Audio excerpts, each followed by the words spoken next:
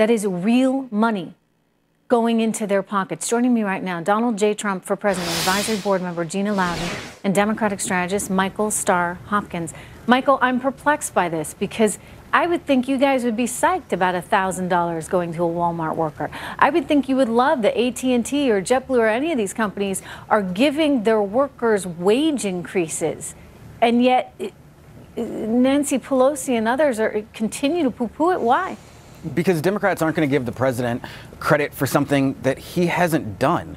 The president came into it after an administration of 8 years that not only saved the auto industry, but brought us out of the greatest recession we've ever had. And what was the president doing at that point? Okay, he was, so hold on. He was engaging in bigoted attacks on a president, saying that he wasn't from America, calling him otherness. And so, you know, it's been a year, not even a year into the administration. We're not laying at the altar of Donald Trump. So you think that this is the success of Obama?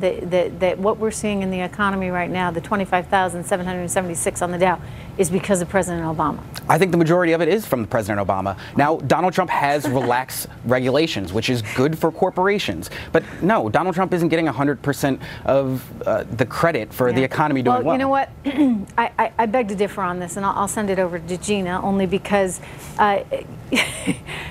the stock market wasn't doing this well, unemployment wasn't this low, wages weren't actually seeing any increase under President Obama, and all those jobs that we were adding during his term, they were part-time jobs. 10% to 5%. No benefits. So Gina Loudon, to try and strip away the success of Donald Trump and basically say that the economy is only doing well because of President Obama, that's a stretch. Say you? We know, I don't know how you stay in your chair sometimes, Trish. We know the steps that this president has taken, Trish, to establish this economic prosperity. We know that he's reduced regulations. We know that he has opened oil drilling. We know that he has passed tax reform with zero help from Democrats, I might add. Zero. Let's not forget that. I would like to know what it is that Obama did. What policy was it that they want to take credit for this Trump economy? Because I don't think there's any evidence of him doing anything other than establishing massive debt and 1% growth. We don't want to go back to those days, Trish. No American wants to go back to those days, and I don't know what the Democrats think they're going to run on going forward. Yeah, is that part of it? I mean, unfortunately, Michael, everything becomes so political these days, and I think that there's some fear out there that if the economy does well, if Americans prosper, then Donald Trump and the Republicans will be seen as successful, and for whatever reason, the Democrats can't allow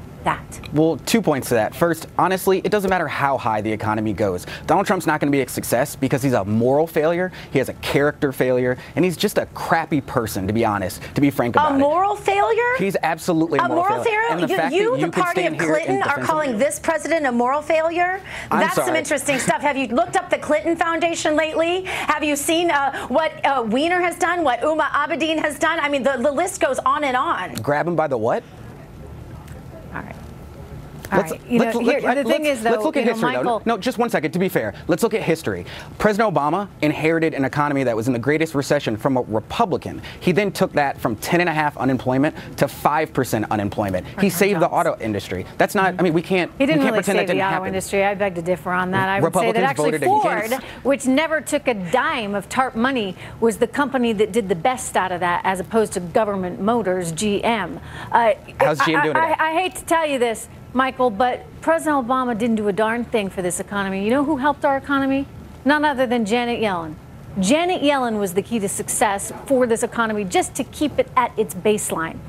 Anything that was coming out of Washington was a complete waste. Did Barack Obama do anything good during those 8 years, in your opinion? Very little. You know, I had a lot of hope for him, too. I really did. I remember talking to Senator Judd Gregg from New Hampshire, who also was very optimistic when he went there. And he said to me at the time, you know, this is a chance to really start to get beyond all this bipartisanship. And he took a job as Commerce Secretary. Only days later to give it up. Perhaps he was confronted with the rude reality of Rahm Emanuel, etc., and he gave it up. But there was a huge opportunity, and it's one of the reasons why I am so frustrated with Obama's presidency, because he could have brought people together, and instead he increased the divide. And you want to say, oh, Donald Trump's there now. Well, Donald Trump is there in part as a response to the failure of Barack Obama. So he did not keep us safe. He did not grow the economy. And Americans resent him for it. Final word to you, and then I got to go. And past administrations that were Republican too, Trish, that didn't take the economy seriously and that backed down in the face of pressure from the swamp, which is what the president has done. He has eliminated that swamp factor to the degree he can, as fast as he can, and that's why the economy is growing. And if the Democrats don't catch on to this and jump on board and try to help, I don't know what their issues are going to be going forward, because the American people are taking note of what's in their pockets. He has taken their space. He has taken that working class, middle class American space that the Democrats used to have, and so I understand. Donald Trump can never take the place of the Democratic Party, because we believe in equality, and that's something that he just patently doesn't believe in. Thank you. Good to see you guys. Of course he does. All right. Good to see you, Trish.